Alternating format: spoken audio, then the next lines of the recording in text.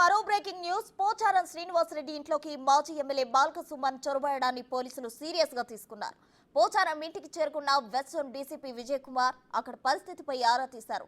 బాల్క సుమన్ ఎలా వచ్చారు, ఎలా చొరబడ్డారు, సీసీటీవీ ఫుటేజ్ ను పరిశీలించారాయన. ఎవరు చట్టవిరుద్ధంగా ప్రవర్తించినా చర్యలు తప్పవని హెచ్చరించారు. మరోవైపు బాల్క సుమన్ పై బంజారాహిల్స్ పోలీసులు కేసు నమోదు చేసే అవకాశాలు కనిపిస్తున్నాయి.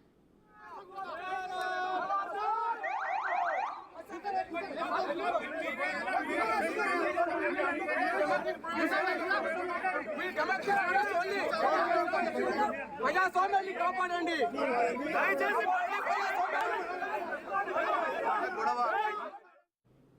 ఇదే అంశంపై మరింత సమాచారం మా ప్రతినిధి సైదులు అందిస్తారు. సైదులు చెప్పండి. అయితే పోచారం కాంగ్రెస్ లో చేరడంతో అక్కడ బీఆర్ఎస్ ఓర్వలేక అక్కడ బాల్క సుమన్ చొరబడడం జరిగింది. అయితే అది సీరియస్ గా తీసుకున్న పోలీసులు ఆయనపై కేసు నమోదు చేయడం జరిగింది. అసలు ఏం జరిగింది, ఎలా చొరబడ్డారు, ఏంటి ఓవరాల్ డీటెయిల్స్?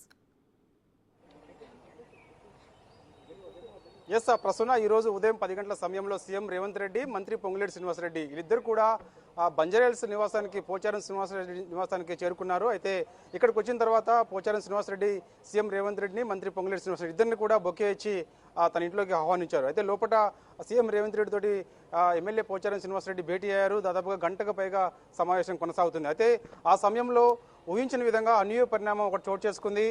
మాజీ ఎంపీ, మాజీ ఎమ్మెల్యే అయినటువంటి బాల్క సుమన్ ఒక్కసారిగా పోచారం శ్రీనివాసరెడ్డి నివాసానికి చేరుకున్నారు. ఈ గేట్ ఏదైతే ఉందో ఈ గేట్ దగ్గర సీఎం సెక్యూరిటీ అంతా కూడా అలర్ట్ గా ఉంటుంది. సో అప్పటికే సీఎం సెక్యూరిటీ అంతా కూడా బయట ఉన్నారు, ఎవరిని కూడా లోపలికి కనిపించట్లేదు. సో ఆ సమయంలో అనూహ్యంగా మా బాల్క సుమన్ ఒక్కసారిగా ఈ గేట్ ని తోచుకుంటూ ఒక్కసారిగా లోపలికి వచ్చారు. వెంటనే సీఎం సెక్యూరిటీ అంతా కూడా అలర్ట్ అయిపోయారు. తనతో పాటు విద్యార్థి సంఘ నాయకుడు అయినటువంటి బీఆర్ఎస్వి రాష్ట్ర అధ్యక్షుడు గెల్లి శ్రీనివాస్ యాదవ్, తో పాటుగా ఓయూ విద్యార్థి నాయకులందరూ కూడా ఒక్కసారిగా పోచారం శ్రీనివాసరెడ్డి ఇంటిపైకి దూసుకొని వచ్చారు. మా నాయకుడి ఇంటికి ఎలా సీఎం రేవంత్ రెడ్డి, మంత్రి పొంగులేటి శ్రీనివాసరెడ్డి ఎలా వస్తారు, ఎలా పార్టీలోకి చేర్చుకుంటారని చెప్పేసి కూడా ఆందోళన దిగిన పరిస్థితి కనిపించింది. కానీ ఇటువంటి చర్యలు ఎవరు చేసినా కూడా ఉపేక్షించలేదని చెప్పేసి కూడా పోలీసులు హెచ్చరిస్తున్నారు. ఎందుకంటే సీఎం ప్రోటోకాల్ ఉంటుంది కాబట్టి ఎవరిని కూడా లోపలికి అనుమతించరు. ఎవరికైతే ప్రోటోకాల్లో పేర్లు ఉంటే వాళ్ళు మాత్రమే లోపలికి కనిపిస్తారు. అయితే ఈ రూమ్ ఏదైతే ఉందో దాదాపుగా మన బాల్క సుమన్ ఒక్కసారిగా గేటు లోపల తోచుకుంటూ ఒక్కసారిగా ఈ డోర్ దగ్గరికి ఒక్కసారిగా రావడం జరిగింది. వెంటనే ఇక్కడ కూడా సీఎం సెక్యూరిటీ వెంటనే అలర్ట్ గా ఉన్నారు. అలర్ట్ అయిన సమయంలో వెంటనే బాల్క సుమన్ పట్టుకొని దాదాపుగా బయటకు తీసుకొచ్చే ప్రయత్నం చేశారు. బయటకు తీసుకొచ్చిన తర్వాత బంజారాహిల్స్ పోలీసులకి బాల్క సుమన్ ని ఉపజెప్పారు. ప్రస్తుతం బాల్క సుమన్ అయితే బంజారాహిల్స్ పోలీస్ స్టేషన్ పరిధిలో ఉన్నారు. తనతో పాటుగా వచ్చినటువంటి విద్యార్థి సంఘ నాయకులు ఎవరుతుంటారో వారందరూ కూడా ప్రస్తుతం పోలీసుల అదుపులో ఉన్నారు. కొద్దిసేపటి క్రితం అయితే west zone DCP Vijay Kumar Pocharam Srinivasa Reddy ఇంటికి చేరుకున్నారు. ఇక్కడ ఉన్న జరిగిన ఘటన ఏదైతే ఉందో ఘటన అంతటిని కూడా మొత్తం పరిశీలించారు. సీసీటీవీ ఫుటేజ్ని కూడా తీసుకోబోతున్నారు. మా బాల్క సుమన్ ఎట్లా వచ్చాడు, ఏ విధంగా వచ్చాడు, ఏం జరిగింది అనేది కూడా మొత్తం కూడా పోలీసులంతా కూడా ఇక్కడ అలర్ట్గా ఉన్నారు. అంటే మొత్తం క్షుణ్ణంగా పరిశీలించిన తర్వాత ఖచ్చితంగా బాల్క సుమన్ పై కూడా కేసు నమోదు చేసే అవకాశం స్పష్టంగా కనిపిస్తుంది. ఎందుకంటే చట్టవిరుద్ధంగా ఎవరు ప్రవర్తించినా కఠినమైన చర్యలు ఉంటాయని చెప్పేసి కూడా పోలీసులు చెప్తున్న నేపథ్యంలో, ఎందుకంటే ఎటువంటి పర్మిషన్ లేకుండా సీఎం లోపల ఉండగా మంత్రులు అదేవిధంగా ఎంపీ బలరాం నాయక్, అదేవిధంగా ఎమ్మెల్యే మురళీ నాయక్ వీళ్ళందరూ కూడా లోపల ఉన్నారు. పోచారం శ్రీనివాసరెడ్డితో భేటీ అయ్యారు. ఆ సమయంలో పోచారం శ్రీనివాసరెడ్డి కూడా కాంగ్రెస్ పార్టీలో చేరారు. సో వాళ్ళ ఏకాంతంగా చర్చించుకుంటున్న సమయంలో ఈరోజు కేబినెట్ మీటింగ్ కూడా ఉన్నది. కేబినెట్ మీటింగ్లో తీసుకోబోతున్న నిర్ణయాలు ఏంటి అనేటిని కూడా ఇటు పోచారం శ్రీనివాసరెడ్డికి సీఎం రేవంత్ రెడ్డి వివరిస్తున్నారు. దాదాపుగా గంటకు పైగా రైతు రుణమాఫీ అంశాలకు సంబంధించి కూడా, ఎందుకంటే చాలా సీనియర్ నాయకుడు, గతంలో వ్యవసాయ శాఖ మంత్రి పనిచేశారు, స్పీకర్గా పనిచేశారు, ఎంతో అనుభవం ఉన్న వ్యక్తి పోచారం శ్రీనివాసరెడ్డి. తనకు రైతు రుణమాఫీకి సంబంధించిన అంశాలు ఏదైతే ఉన్నాయో, ఎప్పటికల్లా రైతులకు రుణమాఫీ చేయబోతున్నాం ఏంటి అంశాలు, అదేవిధంగా రాష్ట్రంలో జరుగుతున్న పరిపాలన అన్నింటినీ కూడా ఎప్పటికప్పుడు పోచారం శ్రీనివాసరెడ్డికి వివరిస్తున్న సమయంలో అనూహ్యంగా ఘటన చోటు చేసుకుంది. ఒక్కసారిగా బాల్క సుమన్ గేట్లు తోచుకుంటూ పోచారం శ్రీనివాసరెడ్డి ఇంటి దగ్గర నుంచి దాదాపుగా ఈ డోర్ వరకు కూడా రావడానికి ప్రయత్నం చేశాడు. ఈ డోర్ నుంచి లోపలికి వెళ్లే ప్రయత్నం చేశాడు. వెంటనే పోలీసులందరూ కూడా సెక్యూరిటీ అలర్ట్ అయింది. అలర్ట్ అయిన తర్వాత అతన్ని తీసుకొని బయటకు వచ్చారు. సో ఆ సమయంలో అప్పటికే కొంతమంది విద్యార్థి సంఘ నాయకులందరూ కూడా అక్కడక్కడ కొంతమంది వేచి చేస్తున్నారు. అంటే వాళ్ళు కూడా ఆందోళన దిగుదామనే ప్రయత్నంలో ఉన్నారు. సో ఒక్కసారిగా వాళ్ళంతా కూడా ఒక ప్రీ ప్లాన్ ప్రకారం కూడా ఇక్కడికి రావడం జరిగింది. తర్వాత బాల్క సుమన్ని అరెస్ట్ చేసి బంజారాహిల్స్ పోలీస్ స్టేషన్కి తీసుకెళ్తున్న సమయంలో ఒక్కసారిగా విద్యార్థి సంఘ నాయకులందరూ కూడా, అంటే బీఆర్ఎస్కు చెందినటువంటి విద్యార్థి సంఘ నాయకులందరూ కూడా అడ్డుకునే ప్రయత్నం చేశారు. పోలీసులు వెంటనే వాళ్ళందరినీ కూడా చెదరగొట్టారు. వాళ్ళందరినీ కూడా అరెస్ట్ చేసి ప్రస్తుతానికి బంజారాహిల్స్ పోలీస్ స్టేషన్ తీసుకెళ్లారు. ఏదేమైనా సరే ఈ ఘటన మాత్రం పోలీసులు కూడా చాలా సీరియస్గా తీసుకున్నారు. ఎందుకంటే ఎన్నడూ కూడా జరగలేదు. అంటే ఆయన ఒక మాజీ ప్రజాప్రతినిధిగా ఉండి కూడా ఎలా ఇలాంటి ఘటనలు అంటే ఇలాంటి వాటికి ఎలా వస్తాడు, ఎలా ఏ విధంగా చొరబడతాడు, సో ఇది కరెక్ట్ కాదు కదా అని చెప్పేసి కూడా పోలీసులు కూడా కొంత సీరియస్గా అయిన నేపథ్యం కనిపిస్తుంది.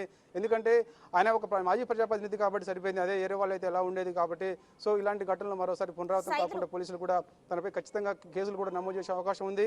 ఎవరైతే ఇంకా ఈ ఆందోళన పాల్గొన్నారో, ఎవరైతే పోచారం శ్రీనివాసరెడ్డి చేరుకుని అడ్డుకునే ప్రయత్నం చేశారో, అదేవిధంగా బాల్కసుమన్ అరెస్ట్ చేసి తీసుకెళ్తున్న సమయంలో కొంత ఆందోళన దిగారో, వీరందరిపై కూడా కేసులు నమోదు చేసే అవకాశం అయితే స్పష్టంగా కనిపిస్తుంది. ప్రస్తుతం సైదులు ఇంటి బయట ఇంత జరిగింది అని చెప్పి మీడియా వాళ్ళు రేవంత్ రెడ్డిని ప్రశ్నించినప్పుడు ఆయన ఎందుకు స్పందించలేదు, అంటే స్పందించకపోవడం వెనుక గల కారణాలు ఏంటి? ఈ ఘటన తర్వాత సీఎం రేవంత్ రెడ్డి పోచారం శ్రీనివాసరెడ్డి ఇంటి నుంచి బయటకు వచ్చారు. తర్వాత సీఎం రేవంత్ రెడ్డి మీడియాతో కూడా మాట్లాడడం జరిగింది. ఖచ్చితంగా ఈ ఘటనకు సంబంధించి మీడియా ప్రతినిధులు అడగగా ఈ సమయంలో నేను అలాంటి ఘటనలపై తర్వాత స్పందిస్తానని చెప్పారు. ఎందుకంటే రైతులకు ఒక శుభసూచకం జరగబోతుంది. ఎందుకంటే రైతు రుణమాఫీ అంశానికి సంబంధించి ఈరోజు కేబినెట్ మీటింగ్ కూడా ఉన్నది. కేబినెట్లో చాలా కీలకమైన నిర్ణయాలు తీసుకోబోతున్నాం.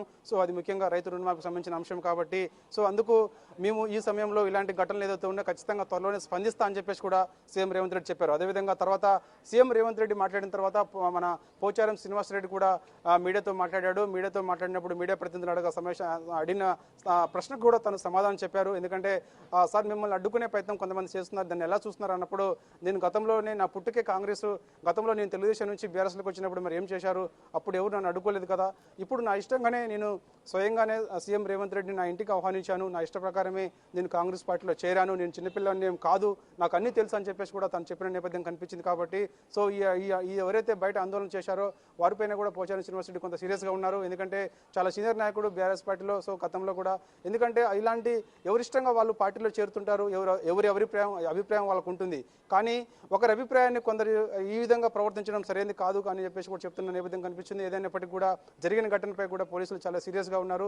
సీఎం రేవంత్ రెడ్డి కూడా స్పందించారు. సో ఖచ్చితంగా అధికారులు వివరాలు అడిగి తెలుసుకుంటారని చెప్పారు. సో 2-3 రోజుల్లో సీఎం రేవంత్ రెడ్డి కూడా జరిగిన ఘటనపై స్పందిస్తారని చెప్పేసి కూడా చాలా చెప్పారు. ఎందుకంటే ఇప్పుడు ప్రస్తుతం అయితే కేబినెట్ మీటింగ్ ఉంది కాబట్టి ఎట్టి పరిస్థితుల్లో కూడా దానిపై ఇప్పుడు స్పందించనని చెప్పేసి కూడా చెప్పడం కనిపించింది. కాబట్టి సో కేబినెట్ మీటింగ్ అయిపోయిన తర్వాత 2 రోజుల తర్వాత జరిగిన ఘటనపై చాలా క్లారిటీ ఇచ్చే అవకాశం కూడా సీఎం రేవంత్ రెడ్డి తీసుకోబోతున్నారు. ఇక బీఆర్ఎస్ పార్టీకి పెద్ద దెబ్బే అని చెప్పవచ్చు. ఎందుకంటే చాలా సీనియర్ నాయకుడు పోచారం శ్రీనివాసరెడ్డి తను పార్టీ మారితే ఇక చాలా మంది ఇప్పటికే వార్తలు వస్తున్నాయి, దాదాపుగా 12 మంది ఎమ్మెల్యేలు కాంగ్రెస్ గూట్లో చేరబోతున్నారని చెప్పేసి కూడా వార్తలు వస్తున్నాయి. వాస్తవంగా మెదక్ జిల్లా నుంచి 4 ఎమ్మెల్యేలు సిద్ధంగా ఉన్నట్టుగా ఉన్న సమాచారం ఉంటుంది. అదేవిధంగా గ్రేటర్ హైదరాబాద్ నుంచి మరో 5 ఎమ్మెల్యేలు కాంగ్రెస్ గూట్లోకి వచ్చే అవకాశం కనిపిస్తుంది. సో ఇవన్నీ కూడా వార్తలు వస్తున్న నేపథ్యంలో అనూహ్యంగా ఒక్కసారిగా ఎవరు ఊహించిన విధంగా పోచారం శ్రీనివాసరెడ్డి ఈ రోజు బీఆర్ఎస్ పార్టీకి రాజీనామా చేశారు, కాంగ్రెస్ గూట్కి వచ్చారు. సో ఇక మిగిలిన బీఆర్ఎస్ పార్టీ ఎమ్మెల్యేలు కూడా ఎప్పుడు చేరతారు, దాదాపుగా ముహూర్తం కూడా ఫిక్స్ చేసుకుని ఉన్నారని చెప్పేసి కూడా చెప్తున్న నేపథ్యం కనిపిస్తుంది. కాబట్టి ఇక వాళ్ళ చేరిక ఎప్పుడనేది కూడా మనకు క్లారిటీ రావాల్సింది. ఏదేమైనా సరే బీఆర్ఎస్ పార్టీ చెందినటువంటి మొత్తం 39 మంది ఎమ్మెల్యేలు ఉన్నారు. వారిలో ఇప్పటికే దానం నాగేందర్ కాంగ్రెస్ గూట్కి వచ్చారు. అదేవిధంగా స్టేషన్ కన్పూర్ ఎమ్మెల్యే కడియం శ్రీహరి కూడా కాంగ్రెస్ పార్టీలోకి వచ్చారు.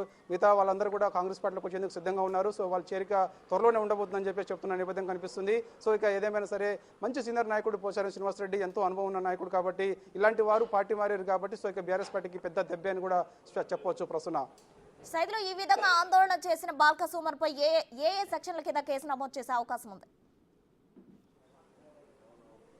ప్రస్తుతం అయితే డీసీపీ విజయ్ కుమార్ ఇక్కడికి వచ్చారు. జరిగిన ఘటన అన్నింటిని కూడా క్షుణ్ణంగా పరిశీలించారు. సీసీటీవీ ఫుటేజ్ని కూడా సేకరిస్తారు ఖచ్చితంగా.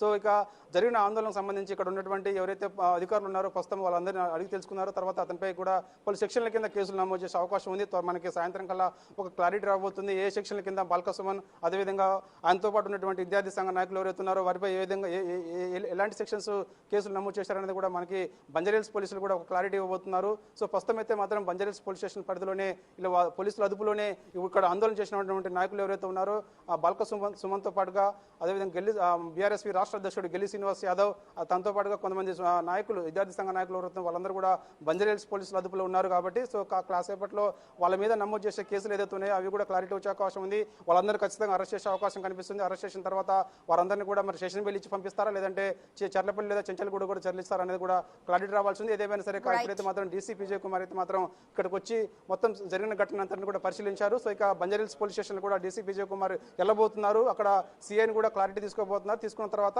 పలు సెక్షన్ల కింద వాళ్ళపై కేసులు నమోదు చేసే అవకాశం కనిపిస్తుంది. ప్రస్తుతం థ్యాంక్ యూ సైదు.